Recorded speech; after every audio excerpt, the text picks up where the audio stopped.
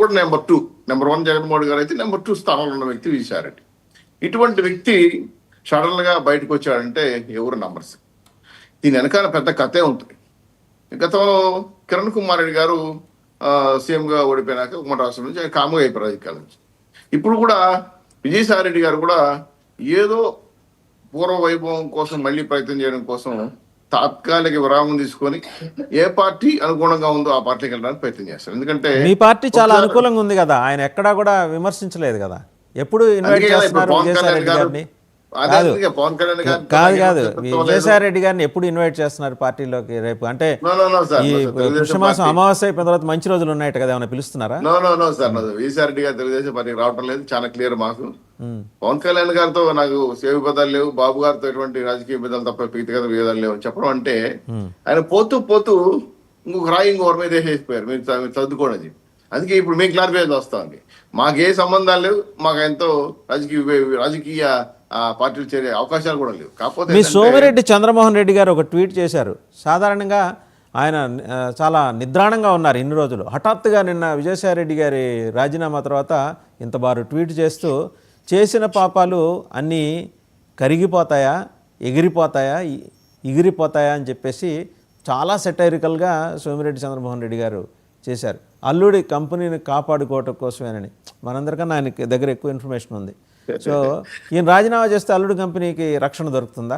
అరవిందో అవన్నీ విమర్శల్లో భాగంగా ఉండొచ్చు. కానీ సోమిరెడ్డి గారి మొన్న కూడా గబాని ఒక డిప్యూటీ సీఎం పైన మాట్లాడి చాలా వివాదం అయింది. సోమిరెడ్డి గారి యొక్క వ్యక్తిగత ఆయనకి ఏదో ఐడెంటిటీ క్రైసిస్ ఉన్నట్టు పార్టీలో. ఎందుకంటే ఏదో ఒకటి మాట్లాడితే జనం గుర్తించి ఇంకో ఏదైనా పదవి ఇస్తారేమోనండి. అది దానికి కారణాలు కూడా మీకు తెలుసు, మళ్ళా మొదటికి రానక్కర్లేదు. కాబట్టి అటువంటి వివాదాల పైన పర్సనల్ గా ఒపీనియన్ చెప్పుకునే వాళ్ళు మనం ఏం చేయలేం. రెండో విషయం ఏంటంటే విజయసాయిరెడ్డికి మీరు అన్నట్టు రాజకీయంగా గుర్తింపు తగ్గించడం, ఆయన్ని చేసిన సేవలకి పార్టీలో రకాల గౌరవం ఇవ్వకపోవడం, ఆయన కేసుల్లో ఈరోజు నెంబర్ 2 ఉన్నారు. మీరు అన్న చేసిన పాపాలు గోసులో పెట్టుకొని కాశీకి పోయి అర్హరా అంటే కేసులు బయటికి పోవు. ఈడీ కేసులు కావచ్చు, చార్టర్డ్ అకౌంట్ కేసులు కావచ్చు, అలాగే మనీ లాండరింగ్ అనే విషయాలు కూడా ముందుకు వస్తున్నాయి. సో ఇవన్నీ కూడా వయసు రీత్యా నేను ఇంక నుంచి దూరంగా వెళ్ళి సర్దుకోకపోతే ఆరోగ్య సమస్యలు అనుకుంటున్నాడేమో నాకు తెలియదు. కానీ జగన్మోహన్ రెడ్డి గారితో మాత్రం తారాస్థాయికి వివాదాలు ఉన్న విషయం స్పష్టంగా కనబడతా ఉంది.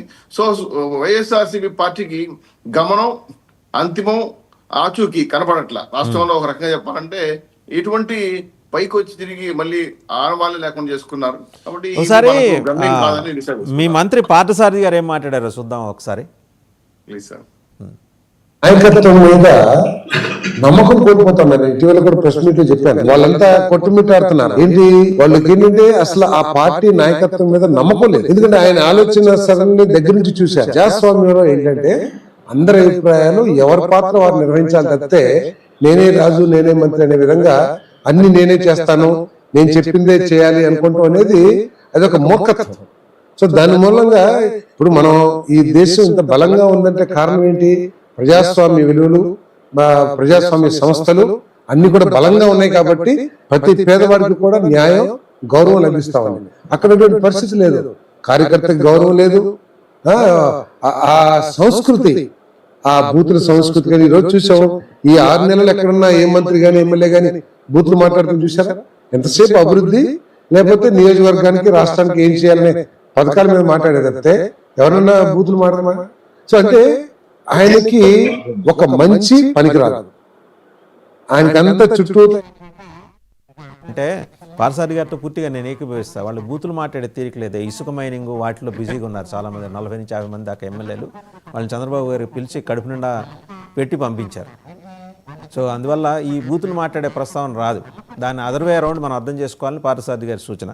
సరే, అది పక్కన పెడితే ఏంటి ఇంతకీ జనసేనలోకి ఎంట్రీ ఎప్పుడు? ఏమైనా డేట్ ఫిక్స్ అయిందా? సన్నిహిత